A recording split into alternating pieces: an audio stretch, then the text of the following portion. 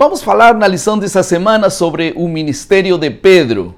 E este estudo está relacionado no livro de Atos, capítulo 9, verso 31, Atos, capítulo 12 e o verso 25.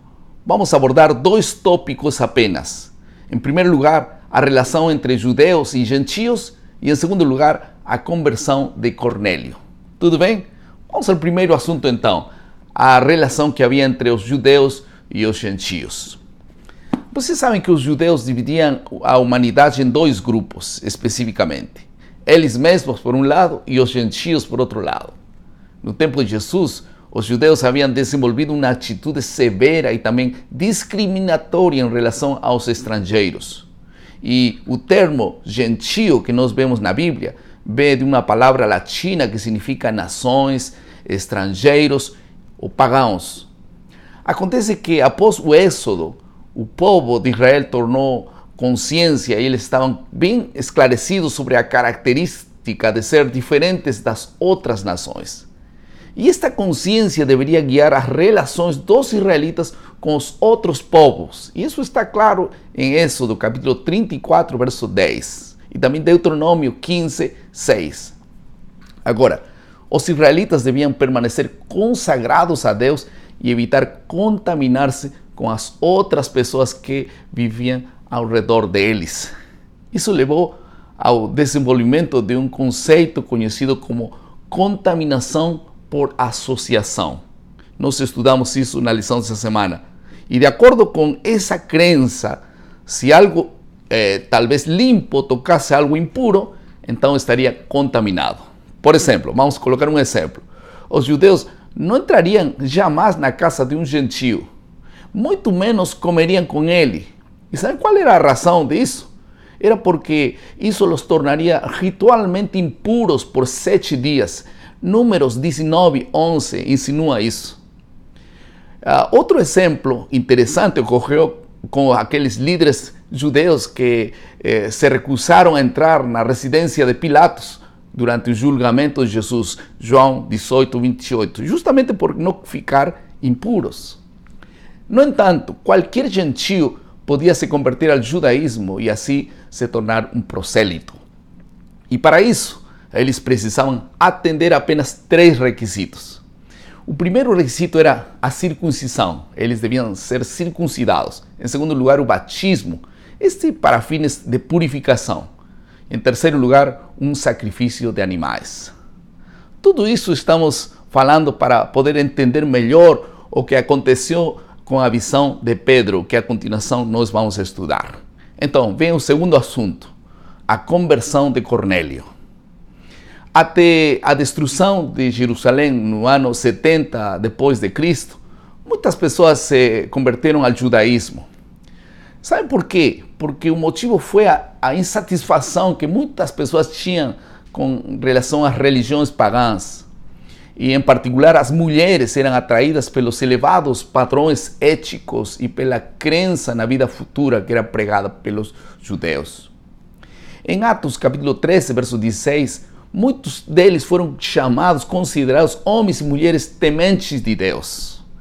E Cornélio, especificamente, era um deles. Atos 10, 2 e o verso 22 confirma isso. Ele viveu em Cesareia, que era o centro da administração romana na Judéia. Agora, Atos capítulo 10, verso 2, menciona que Cornélio e sua casa adoravam a Deus e eram conhecidos pela piedade prática.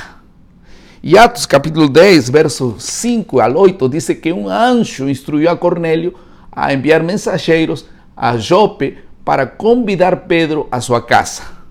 Enquanto os mensageiros se aproximavam de Jope, a Bíblia diz que Pedro também recebeu uma visão. E naquela visão ele viu um lençol descendo do céu cheio de animais limpos e, por outro lado, impuros. E logo após uma voz ordenando que ele matasse e comesse esses animais. Qual foi a reação de Pedro frente a esse pedido? Vocês sabem, Atos 10, 4 confirma, diz que ele respondeu: de modo nenhum, Senhor. Aí está, jamais comi algo impuro, que significa koinos, ou imundo, que é akatartos em grego. Atos 10, 14. Então a voz respondeu: não chame impuro ao que Deus purificou, disse Deus. Agora, o uso de koinos, ou impuro, como aparece ali na visão, tem a ver com o conceito rabínico de contaminação por associação. Outra vez aqui. O que perturbou o apóstolo não foi a ideia de consumir alimentos impuros, mas sim o escândalo de comer alimentos limpos que supostamente haviam sido contaminados pelo contato com os alimentos impuros. Compreendeu? É por isso que em Atos capítulo 10, verso 28, Pedro reage, disse: vocês sabem muito bem que é contra a nossa lei um judeu associar-se a um gentio ou mesmo visitá-lo. E então ele conclui, e a conclusão que Deus colocou em seu coração: mas Deus me mostrou que eu não deveria chamar impuro o imundo, ou nenhum ser humano que deveria ser chamado dessa maneira. Assim que Deus mostrou-lhe que o que realmente contamina o coração humano é o pecado. E por isso Deus veio a este mundo para purificar toda a contaminação do pecado. Vocês dizem amém? E esta história conclui com o derramamento do Espírito Santo, da mesma forma que aconteceu no Pentecostes de Atos capítulo 10, verso 36 ao 43. Apenas eu queria concluir com uma aplicação. Você pode encontrar algumas outras aplicações mais, mas eu quero concluir com uma só.